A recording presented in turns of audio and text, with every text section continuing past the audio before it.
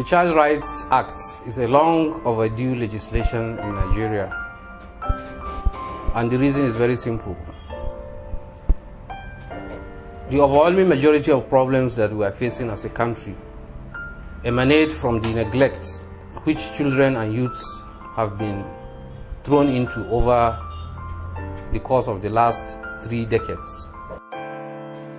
Youth, they say, are the leaders of tomorrow. However, recent developments and activities in and around our country have shown that with growing number of jobless youth, high number of school dropouts, and unskilled persons who, in the absence of anything to do, have become ready tools for crime and criminality with grave security implications for the country. The result is what we have today in the increasing wave of violence, violent crime, terrorism, and other forms of unspeakable evil going on in the society. So the truth is that unless we retrace our steps and restore the full rights of children and youths and women, we will not be anywhere near solving our current national and local problems.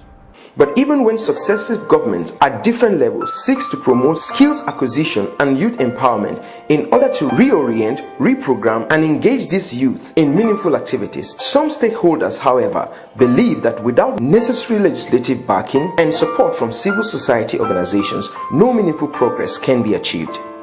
Now, the project that we have on ground, which is promoting the citizens' right and legislative engagement against the violation of youths in northern Nigeria. The major thrust of the project is actually to advocate for the passage of the bill, which we know it has been ratified for a number of years, but has not yet been domesticated in Nigeria. The lack of awareness of what the bill seeks to address is a contributing factor in the delay of the passage of the bill. There is nothing new about child's rights.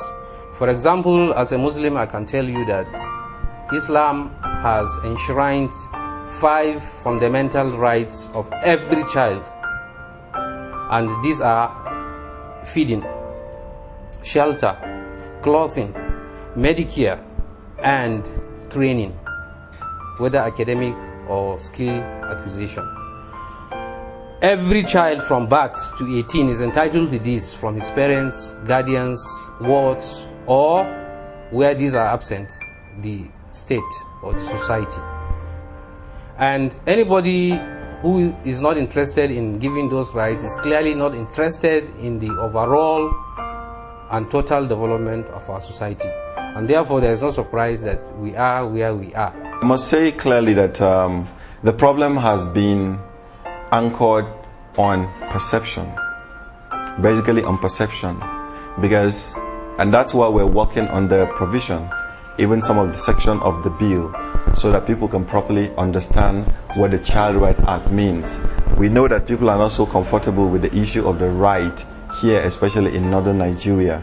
So we're trying to get a name, like if we can look at it from the Child Protection, maybe Child Welfare Act, something like that, because the perception here actually is a bit negative, and that's basically down to the religious or rather cultural beliefs. The people here are actually very much cultural oriented or inclined. The legislative engagement too is going to be in such a way that is going to educate the people on the perception of the bill which we are advocating that it should be passed.